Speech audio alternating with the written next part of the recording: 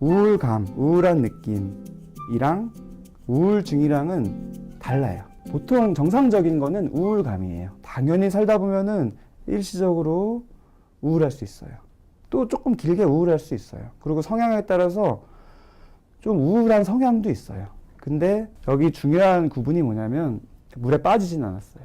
바닥에 이렇게 땅이 있고 바위가 있고 자기가 숨도 쉴 수 있고 조금 물에 들어가긴 했지만 자기 의지로 자기 나름의 극복 방법, 뭐 운동일 수도 있고 뭐 취미 생활일 수도 있고 사람들을 만나는 걸 수도 있고 푹 쉬는 걸 수도 있고 이런 걸 통해서 이제 자기가 나름대로 극복을 했다가 힘들어지면은 다시 또 좀 내려갔다가 이런 식으로 좀 왔다 갔다 하는 게 보통 일반적인 사람이죠.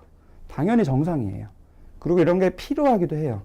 만약에 이런 우울감을 전혀 경험하지 못한 분이 있다. 항상 긍정적이고 편안하기만 한 분이 있다.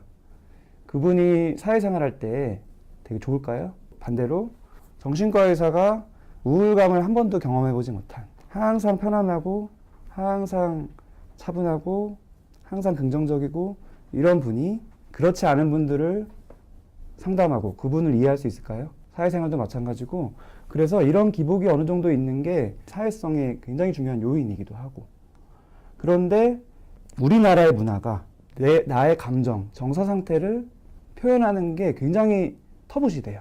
특히나 우울하거나 약간 뭔가 안 좋은 것 같고 좀 흔히 이런 얘기를 하죠. 어른들은 우울해. 배가 부르구나. 요즘 좀 살만하구나. 나는 우울할 틈이 없었어. 이런 거 얘기 많이 들으셨을 거예요. 우리나라의 문화가 그런 심리적인 갈등을 표현하는 문화가 아니에요. 숨기고 왠지 심리적인 갈등이 있으면 좀 부족한 사람? 이런 느낌. 그래서 이제 한국의 어떤 정서가 한이라는 게 많이 있죠. 한. 그것도 일맥상통한다고 이제 생각이 되고 한국인들의 고유한 특성이 있어요. 우울증 진단 기준에는 없는데 한국인들의 많은 우울증 양상 중에 굉장히 두드러지는 게 뭐냐면 신체 증상이에요. 쉽게 말씀드리면 어디가 아픈 거예요. 배가 아프고 머리가 아프고 등이 아프고 허리가 아프고 막 쑤시고 근데 병원 가서 검사하면 이상 없고 이런 게 이제 신체 증상인데 참 사람이 신기한 게 마음의 갈등을 표현하지 못하고 그것을 공감받지 못하면 어딘가라도 표현하려고 해요. 그게 뭐냐면 바로 몸으로. 몸이 어디 아픈 거. 아픈 걸로 표현하면 그래도 좀 당당하게 표현할 수 있을 것 같고 조금 이해받을 수 있을 것 같고 그리고 이런 식으로 해서 신체 증상이 많은 문화다. 정서적인 특히 우울감을 표현하기 힘든 문화다. 그래서 우울하다라는 말 자체도 직접 표현하는 거 왠지 좀 꺼림직해서 그냥 좀 외롭다. 그냥 좀 쓸쓸하다. 요즘 좀 짜증난다. 그냥 좀 요즘에 좀 참기가 힘들다. 이런 식으로 살짝 돌려서 표현을 하는 경우들이 많습니다.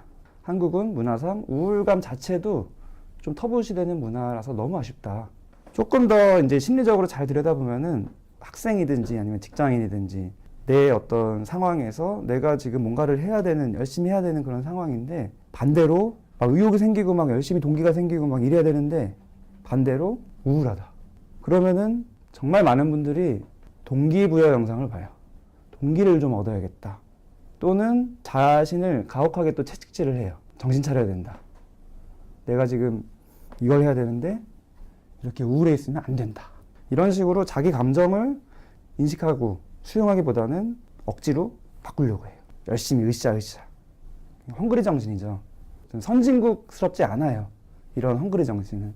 자기 감정을 잘 인식하고 보듬고 해야지 거기서 또 추스려지고 그 다음에 나아가야 되는데 사람의 감정이라는 게 억지로 바뀔 수 있다라고 착각을 하는 그런 문화가 되어 있습니다.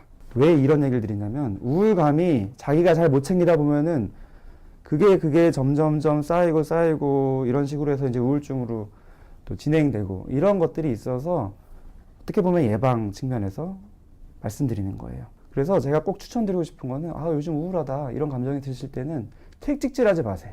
부정하지도 마시고 내 마음이 나한테 보내는 신호라고 생각을 하셔야 돼요. 이게 무슨 말이냐면 나를 좀 돌봐라. 신체적으로든 심리적으로든 뭔가가 무리가 되어 있는 상태예요. 컴퓨터로 치면 렉이 걸린 상태예요. 렉 걸린 상태에서 억지로 뭐 한다고 되겠어요? 더 망가집니다. 그래서 나를 좀 돌보라고 마음이 보내는 신호다. 근데 그렇게 생각하려고 해도 우리나라의 문화상 그게 또 안 돼요. 왠지 창피한 것 같고 왠지 좀 부끄러운 것 같고 남한테 얘기하기도 좀 그렇고 이런 식으로 자꾸 외면하다 보면은 그 다음에는 우울감이 아니라 그 다음 단계 우울증이 되는데, 우울증은 뭐냐면은 쉽게 말씀드리면 내 마음이 자꾸 신호를 보냈잖아요. 아까 우울하다 우울하다 이런 식으로 나를 돌보라고 신호를 보냈는데 내가 안 돌봐주잖아요. 그러면 내 마음은 어떻게 될까요? 파업해요. 파업. 그냥 아무것도 안 합니다. 정지돼요. 에너지가 쫙 떨어져요. 그래야지 티가 나거든요. 그게 우울증이에요. 여기서는 우울감 느끼고 이러고 왔다 갔다 할 때는 괜찮고 생활 잘하고 흐름에 따라서 뭐 기복이 좀 있을 수도 있고 그런 건데, 여기에 빠지면은 이거는 우울증이에요. 자기가 하던 방식대로 안 돼요. 회복도 안 되고. 그래서 우울증이 정말 진단이 되고 그러면은 자기 의지로 극복하는 거는 굉장히 어려워요. 여기서 어떻게 의지로 극복해요? 빠졌을 때는 누가 구해줘야 돼요. 왜냐면은 보통 물에 빠지면은 사람들이 수영 잘하던 사람도 수영 잘 못하게 돼요. 당황하고 여러 가지 또 몸이 굳기도 하고 쥐가 나기도 하고, 그 튜브를 던져줘서 꺼내야지 이제 안전하게 되는 거죠.